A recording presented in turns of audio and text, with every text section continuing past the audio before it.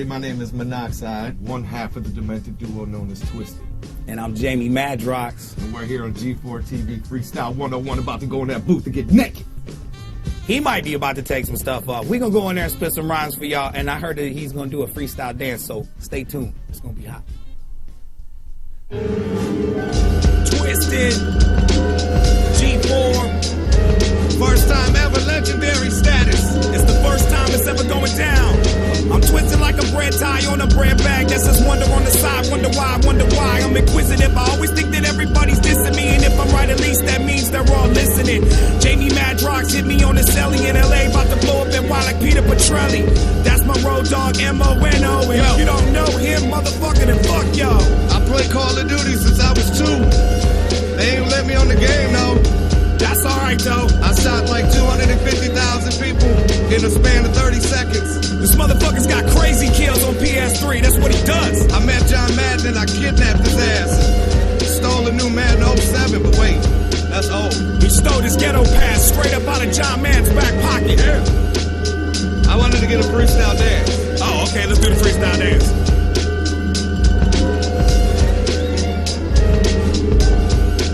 Look right there.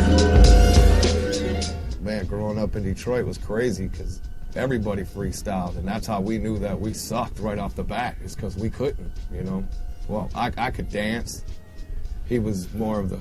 He's the dancer, but we learned fast that you had to do certain things. You always had to have rhymes and collective junctures in your head to be ready, because if anybody tried to challenge you, you had to have something, or you had to fight. Yeah. And believe it or not, I'm the bigger half, and he can fight better. So he saved my ass. I am the kicker of Gluteus Maximus.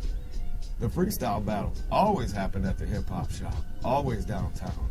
It was like, that's the mecca. You know, everybody else, okay, you could go over here to the shelter and do it, but it was like, to make that name in it, you had to go to the hip-hop shop. But you can't forget about hot hits and record time, because rappers would congregate in parking lots next to the dumpsters. I mean, that's what I mean. It would be their everywhere. Cipher. I mean, you couldn't go anywhere around that without catching it, but to make Cipher. a name, ciphering. Cipher.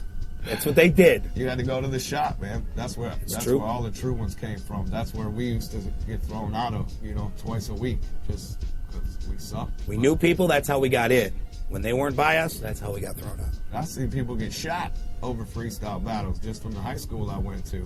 That was insane. If somebody rapped on you and you didn't have that quick comeback, animosity instantly took the better half of you, and ignorance would spark from it, which was retarded, because if you knew what you were doing, you know what I mean? It's like even breakdancing back in the days, if Electric Boogaloo came on and you got schooled with the worm, what do? You cry it off. I went to school with Proof, and I watched him from 9th grade to 12th grade destroy everybody in the high school. It was like amazing. That's when I was truly blown away by it, because he would rap and he'd be talking about pull it out of his pockets like cologne or a pack of cigarettes, and just people were blown away by that. I would say he's the mecca of freestyling. Yeah. Proof was the man. He was absolutely amazing. We speak for the forgotten, you know. That's it. We talk for the people that nobody wants to listen to, not even their parents. And that's why these crazy people are going up in the malls and shooting people in high schools, because nobody wants to listen.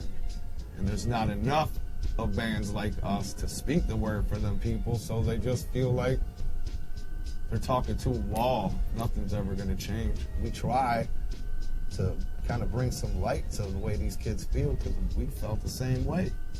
If it wasn't for him, I probably would have killed myself years ago. I'm glad you're still here.